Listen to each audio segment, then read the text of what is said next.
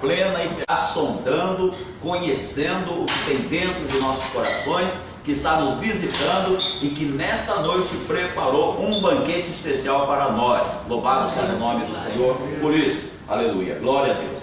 Então, amados, nós queremos agradecer a Deus porque nós continuamos o nosso propósito de jejuar pela família. Amém. São 21 dias de jejum e oração e clamores. E no seu secreto, lá no seu trabalho, no seu lar, onde você estiver, separe um tempo para orar pela família. Se você não puder jejuar, separe um tempo para orar em outros dias. Em outros dias que não tenha culto, né? Então separe um tempo para orar, mesmo não sendo nos dias de culto. E nos dias de culto nós estaremos orando pela família e declarando que eu e a minha casa serviremos ao Senhor. Louvado seja o nome do Senhor Jesus. No sábado pela manhã nós vamos ter um grande culto aqui, uma grande consagração. Estarão vindo pessoas de fora, estarão vindo pessoas convidadas, né, para estarmos juntos no próximo sábado, adorando a Deus e oferecendo nossa consagração. Você não pode jejuar, venha a si mesmo.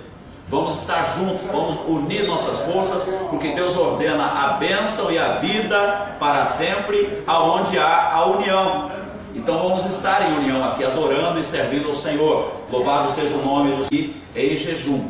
E na quinta-feira nós teremos também a nossa da tarde, entre 11 e 1 da tarde, nós estaremos aqui também apresentando nossa entrega de amor pelas famílias. É jejum pela família, por salvação e libertação. É jejum em favor da família do povo de Deus. E graças a Deus, eu soube de uma notícia muito agradável que a pastora Claudice me deu. A pastora Claudice me falou de algo muito bom que alegrou meu coração. Um servo de Deus que esteve conosco durante muito tempo. Nós começamos a jejuar por ele, pela família dele. Ele enfrentou lutas, dificuldades, e não vem ao caso a gente dar detalhes, mas é um amado do Senhor, e alguns ainda se lembram dele, como Paulo Vicente. E a pastora Claudice o encontrou, e ele veio humilhado, quebrantado, falou com ela, pediu oração, mandou para a igreja, para nós também, um recado, dizendo que está aquilo que o impedia, aquilo que o atribulava, que o afligia, ele queria declarar diante do Senhor para ter paz. E automaticamente, imediatamente, nós oramos e ministramos sobre ele essa paz. E ele agora está feliz com a família, que foi uma luta muito grande que ele atravessou, né, e a família também. E agora, graças a Deus, nosso irmão está juntamente com seus familiares, adorando e servindo ao Senhor numa igreja. Graças a Deus. Então, isso é bom, isso nos alegra, né? Nós sabemos que o Senhor está ouvindo as nossas orações, está respondendo. Então, nos dá a motivação para a gente continuar. Ainda que nós não víssemos resposta, iríamos continuar, porque cremos e sabemos que Deus ouve e responde. Mas quando a gente ouve a resposta, quando a gente percebe que Ele está respondendo, fica mais gostoso ainda, né? Então, nós vamos prosseguir. E nós estamos em 21 dias de jejum e oração pela família. E na quinta-feira, entre 11 horas e 1 da tarde, nós estaremos aqui jejuando e orando pela família. Irmãos que nós estamos nos acompanhando pelo Face, fique à vontade, pode entrar em contato, pode falar, pedir oração, que nós estaremos aqui orando a respeito da sua vida e da sua casa. E o nosso lema é: eu e a minha casa serviremos ao Senhor. Vamos juntos? Eu e a minha casa serviremos ao Senhor. Então, quinta e sábado, jejum. Quinta de 11 a 1 e sábado de 9 às 11.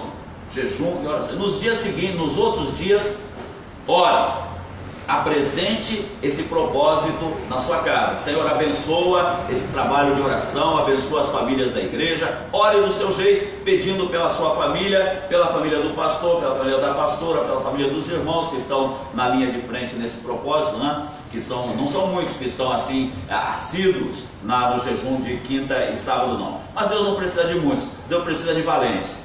Então os valentes estão aqui e Deus vai acrescentar e mandar outros valentes. É claro que há pessoas que estão trabalhando nesse horário, são valentes também, mas estão lá envolvidos no seu afazer, nos seus afazeres. Então são valentes que estão na retaguarda também, orando e jejuando.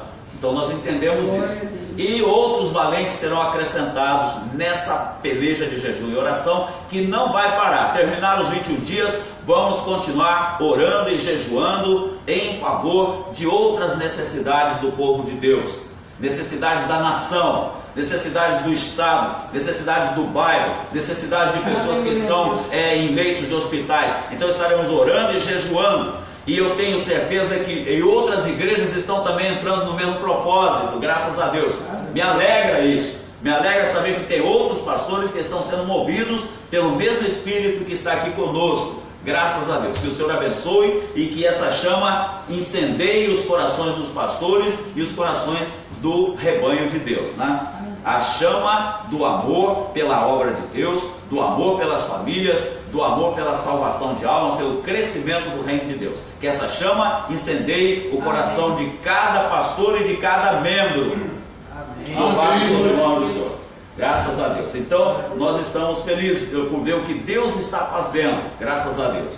Então, graças ao Senhor que nos conduz em triunfo, que nos dá vitória, e a igreja tem orado pelo pastor para o Senhor dar direção ao pastor. E quando a igreja ora, o que acontece? Deus começa a mostrar, vai por aqui, por aqui, por aqui, e a igreja vai junto.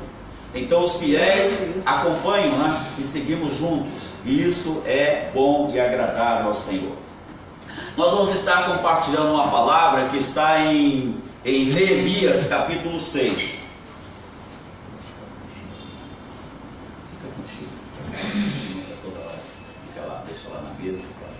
Neemias capítulo 6. Vou estar compartilhando uma palavra, nos alimentando, nos deleitando nessa palavra maravilhosa. Aleluia. Versículo 14. Eu pediria que os irmãos mantivessem suas Bíblias abertas nesse capítulo 6 de Neemias, por favor. Neemias 6, 14. Então orei: lembra-te, ó meu Deus, das atitudes perversas de Tobias que Tobias e Sanbalate estão praticando, e também das más ações que profetiza Noádia e de todos os demais pregadores que tentaram desesperar. Forte essa palavra. Deus querido, nos entregamos em tuas mãos. Prepara os nossos corações para ouvir a palavra e receber em nossos corações como alimento, lâmpada para os nossos pés e luz para o nosso caminho, e que nesta noite, Pai, sejamos fortalecidos e edificados através da tua santa palavra, o pão vivo descido do céu, porque não só de pão viverá o homem, mas de toda a palavra que sai da tua boca. Então dá-nos a palavra da tua boca nesta noite, humildemente nós te pedimos e te agradecemos em nome de Jesus. Amém. Amém. Glória a Deus. Louvado seja o nome do Senhor.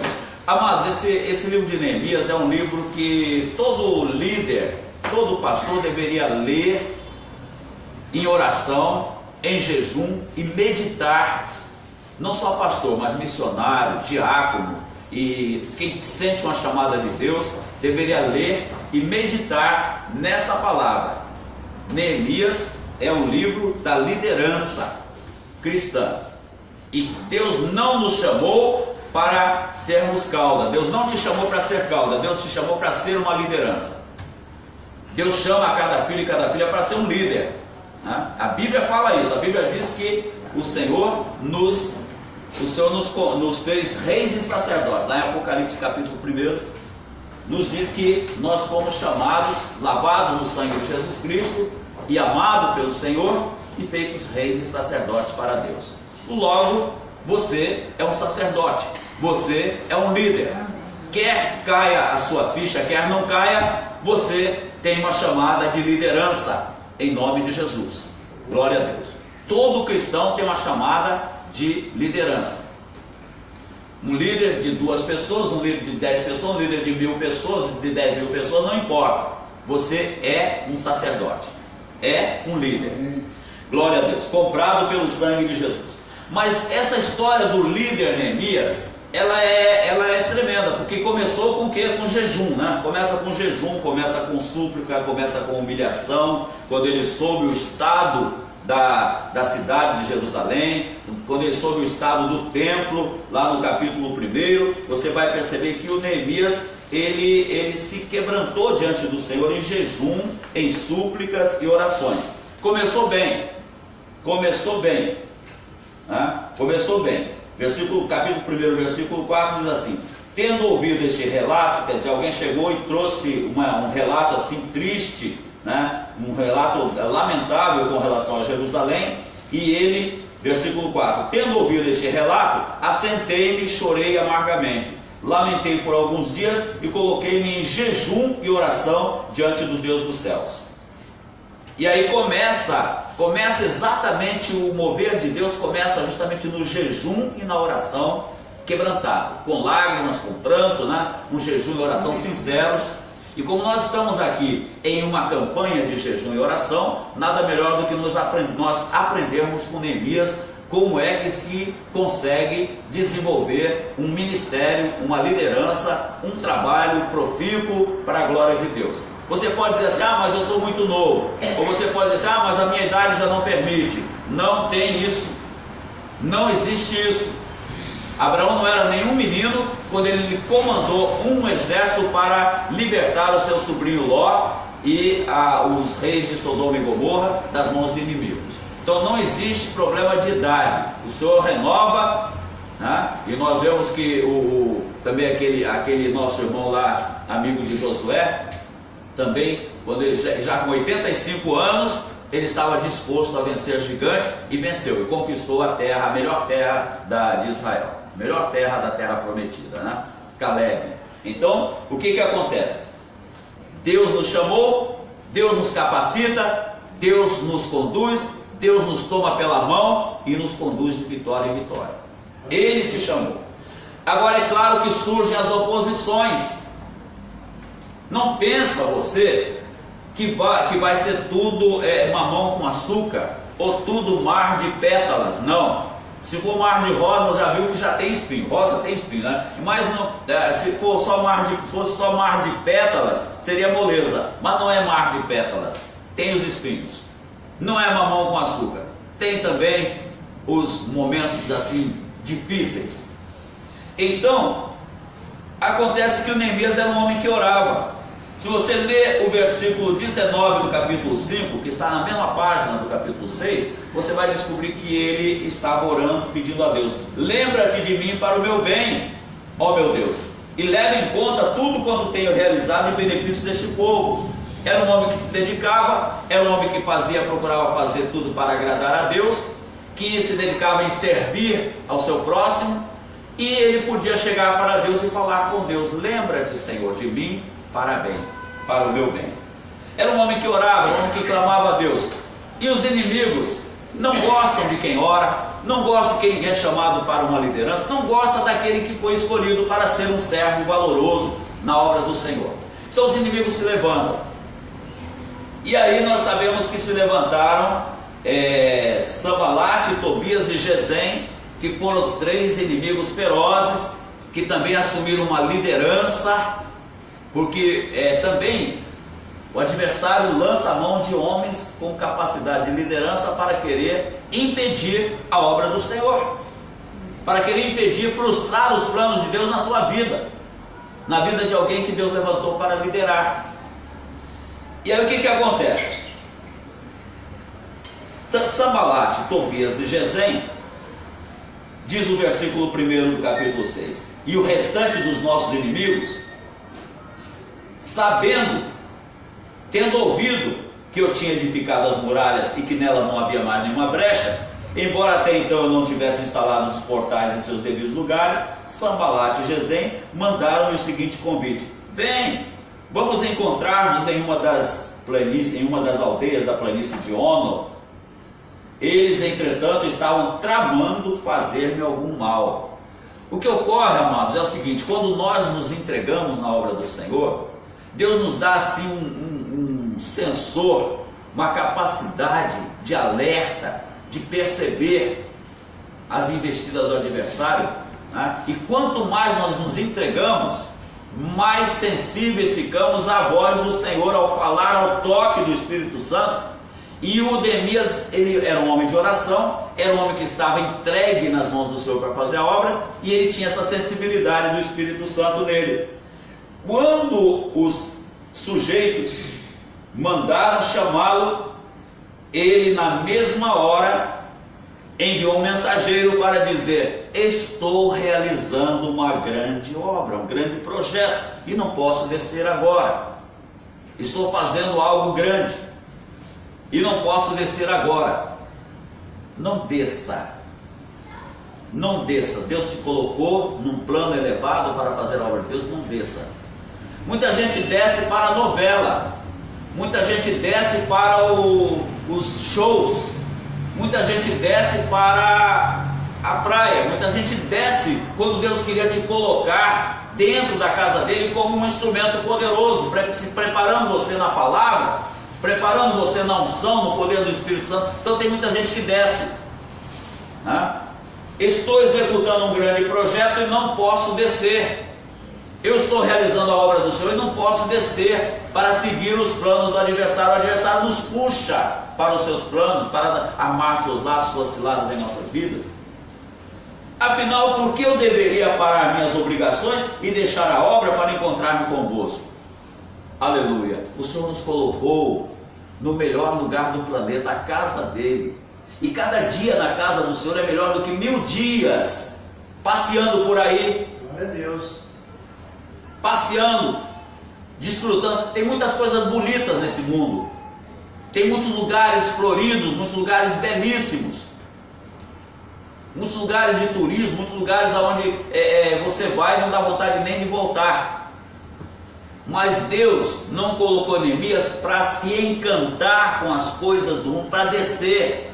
Porque Deus colocou Neemias num plano elevado de homem de Deus, e nos coloca como homens e mulheres de Deus num plano elevado. Então descer é deixar em segundo plano a casa do Senhor, deixar em segundo plano a construção da obra de Deus. Você está numa construção, nós estamos numa construção, nós estamos tapando as brechas, nós estamos edificando o muro, e depois do muro vamos levantar o santuário, e vamos caminhar, e vamos prosseguir. Amém. Então, não podemos descer.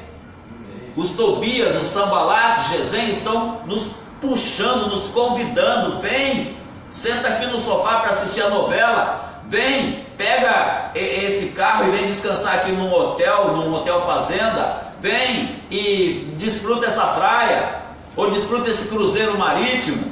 Vem desfrutar um lazer aqui na Atlântica. Vem, os Tobias e Sambalat estão te chamando para você parar de fazer a grande obra que Deus está entregando em tuas mãos para fazer. Nós, você não, nós. Ele nos convida.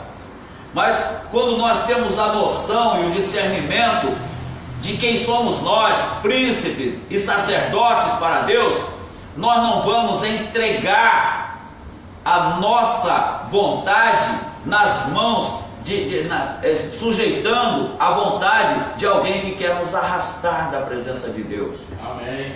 Temos que ter muito cuidado, porque este mundo está cheio de coisas aparentemente boas que querem nos tirar do plano elevado que Deus nos colocou. E aí, aqueles homens mandaram o convite 4 vezes. Vocês pensam que o adversário ele é derrotado, é fracassado, é vencido. Tem gente que diz que o inimigo tem força, o inimigo tem poder. Não tem, não. Ele só tem uma coisa que se chama persuasão e sagacidade. A serpente é astuta, então só tem astúcia. É a única força que sobrou para ele quando Jesus o despojou na cruz. Muita gente tem medo do adversário. Não temos que ter medo, temos que estar vigilantes, não ter medo. Aleluia. Eu conheci pessoas lá no interior de Minas, que quando a gente falava no nome do adversário, não fala esse nome não, isso conjura o credo. Que é isso? Não há o que temer diante de um fracassado, diante de um vencido, diante de um derrotado, mas ele continua astuto.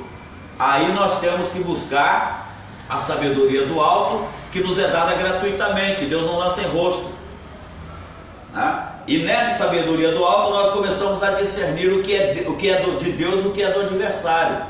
E os planos do adversário são nos tirar do centro da vontade de Deus, nos tirar da comunhão entre nós e da comunhão com o Espírito Santo. Amém. Nos colocando entretenimentos. Glória a Deus. Aleluia. Então, veja bem, 4 vezes ele não se deu por vencido, eles não se deram por vencidos. O adversário não se dá por vencido. Não sei quantos irmãos já leram lá na tentação do deserto, dos 40 dias de Jesus, Mateus e Lucas. Você vai encontrar um versículo dizendo assim: o diabo se afastou dele até outra oportunidade.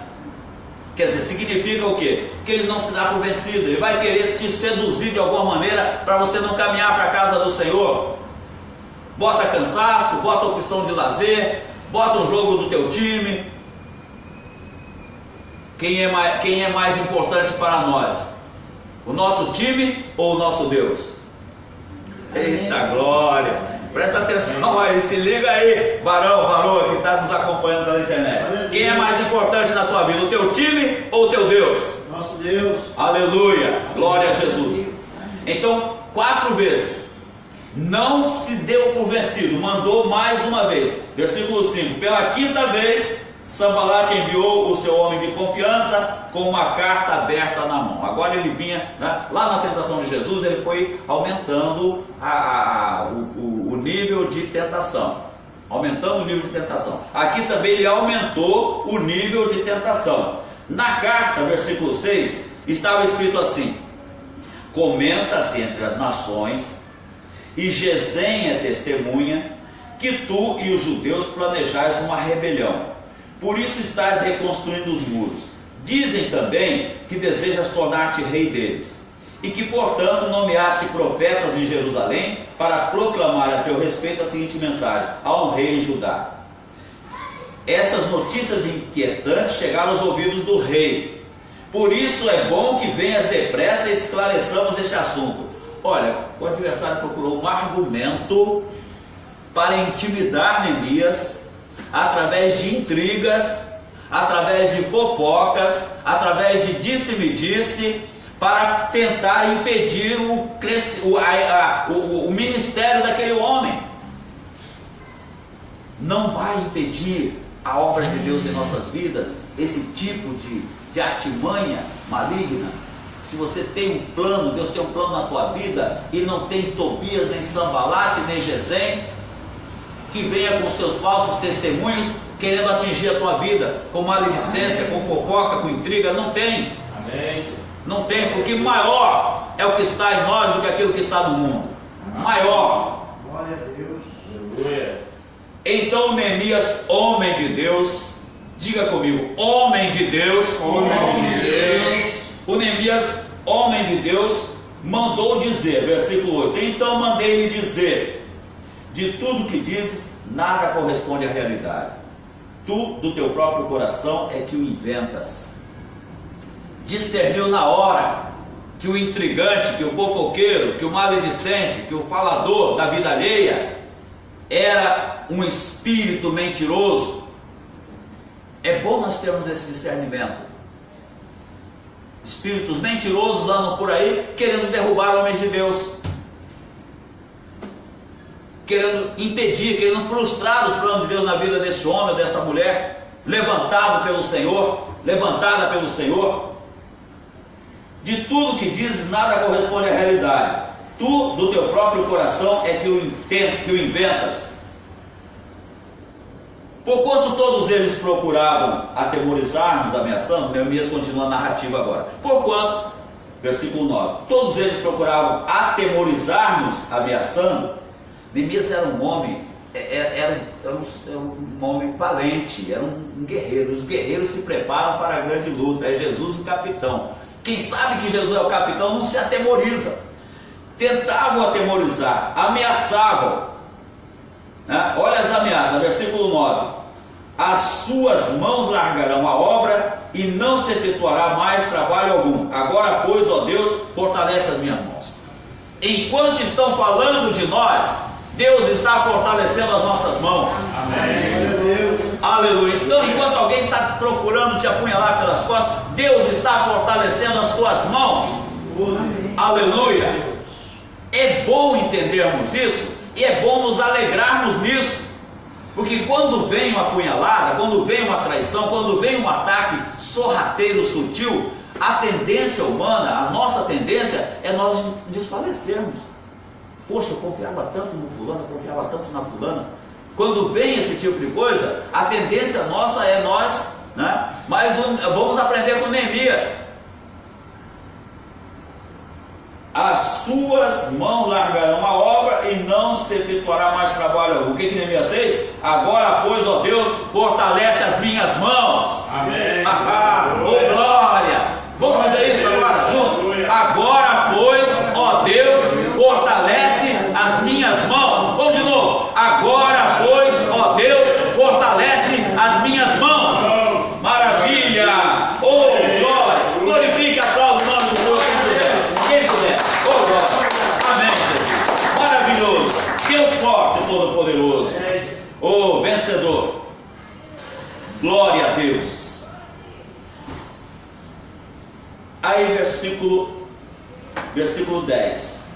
Um dia fui à propriedade de Semaías, filho de Delaías, neto de Meetabel, que havia decidido ficar trancado dentro de sua casa.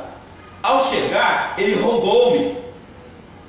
Olha só, o adversário, quando não pode usar um inimigo declarado, ele começa a querer usar alguém que não é inimigo declarado, porque senão Neemias não teria ido na casa desse rapaz, senão Neemias não teria ido na casa desse sujeito.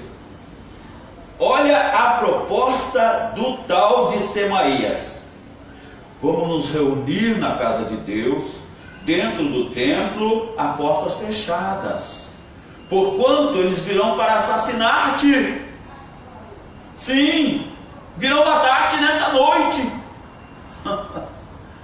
Medo, espírito de medo, espírito de terror, querendo aterrorizar o homem. Mas a palavra de Deus fala tantas vezes: não temais, não temais, não temais. E se o Neemias não fosse um homem firmado na palavra, ele teria obedecido uma mensagem maligna, ele teria obedecido uma mensagem negativa, uma mensagem da parte de Satanás. Mas nessa noite virão assassinar-te. Versículo 11: eu todavia lhe afirmei: deveria fugir um homem como eu? Alguém com a minha responsabilidade deveria sair correndo e trancafiar-se no templo, tentando salvar a própria pele? Ora, de maneira nenhuma deixarei de enfrentar o problema. Homem de Deus, mulher de Deus, não corre do problema. Glória a Deus. Aleluia. Estou pregando para mim nessa noite. Estou pregando para mim. Homem de Deus, mulher de Deus, não corre do problema. Amém. Não corre. Amém. Problema é problema do adversário, problema dele. Ameaça, problema dele. Quer vivamos, quer morramos, somos do Senhor. Amém. Recentemente correu aí pelas redes sociais um áudio de alguém dizendo que era para metralhar todas as igrejas. Manda metralhar as igrejas. Teve crente que ficou apavorado, tem crente que não está nem conseguindo sair de casa de medo. Crente meio crente, 10% crente no máximo. Porque verdadeiro crente não se atemoriza com ameaças do adversário, porque maior é o que está em nós. Amém. Glória Se tem alguém Glória a Deus. que está deixando de ir à igreja por medo e que está nos assistindo nessa noite, se liga. Quer morramos, quer vivamos, pertencemos ao Senhor. Amém. Aleluia. Glória a Deus. Deveria eu fugir, um homem como eu, um homem de Deus, uma mulher de Deus como as irmãs, ter medo de sair para a casa de Deus? Misericórdia! Alguém com a minha responsabilidade deveria sair correndo e trancafiar-se no templo tentando salvar a própria pele? Ora, de maneira nenhuma deixarei de enfrentar o problema. Pronto, o espírito de medo que estava naquele tal de Semaías sentiu que não ia prevalecer sobre o homem de Deus. Versículo 12, olha o discernimento. Então percebi que não era Deus que o enviara a mim, mas ele pronunciou essa profecia com malícia, para me prejudicar, pois havia aceitado o suborno de Tobias e Sanbalate. Semaías então era um profeta comprado, um profeta corrompido, um profeta vendido, que recebeu uma propina lá do Tobias. Já existia propina naquele tempo, né? Recebeu uma propina do Tobias e Sanbalate para profetizar terror na mente do homem de Deus. Oh, maravilha! Versículo 13, diz que Tobias e Sanbalate o seduziram e o subornaram, a fim de que me assustasse e intimidasse, para que eu não agisse da maneira como planejaram, para que eu viesse a agir da maneira como eles planejaram. Então caísse em pecado e eles tivessem como me difamar e ridicularizar-me diante do povo. Fica ligado, igreja, fica ligado, pastor Tubino, fica ligado, irmão querido, irmã querida. Estão querendo, de alguma maneira, o adversário quer te intimidar, quer te fazer duvidar do poder de Deus, da proteção de Deus, aleluia. Glória a Deus. Ah, eu não vou para a igreja porque está perigoso, tem arrastão, tem isso, tem aquilo. O que é isso? Não é a força física que vai te proteger, não é o braço humano que vai te proteger, não, é o nome de Jesus. Glória a Deus. Começa a confiar para valer nesse nome. Eu já falei aqui na igreja várias vezes que durante o tempo que eu estou no Rio de Janeiro, já tive 7 livramentos de assalto clamando pelo nome de Jesus. E numa outra vez que eu estava pregando num lugar de risco, lá na Ilha do Governador, que o camarada chegou e apontou a arma na minha testa, a essa distância da minha testa, e apertou o gatilho, e eu ouvi o estampido, e a bala não me acertou, entrou pelo púlpito de madeira, tinha uma gaveta, e a bala bateu no puxador metálico da gaveta, não tinha como ele errar. O cara acostumado a atirar, de repente a mão dele abaixou, eu nem vi, a mão dele abaixou, o senhor só me falou assim, aquieta-te. E eu fiquei silencioso olhando para ele e vendo o movimento, e vi o gatilho, vi quando chegou no retém, e vi quando ele continua apertando. Quando chega no retém, o cara respira fundo e aperta. Eu fui militar, eu sei. Então ele respira fundo e aperta para firmar a pontaria. Não tinha como errar. Eu vi o cara parar no retém e vi ele respirar fundo e apertar o gatilho. E a bala, na hora, o anjo do Senhor fez com que a bala entrasse na gaveta do púlpito e batesse num puxador daquela gaveta, puxador metálico, e a bala ficou lá dentro toda amassada. E ele saiu correndo e não teve mais condições de disparar dentro da igreja. Eu não tinha nada a ver com o problema, era um outro cara que ele entrou atrás querendo matar, e o cara se escondeu dentro da igreja.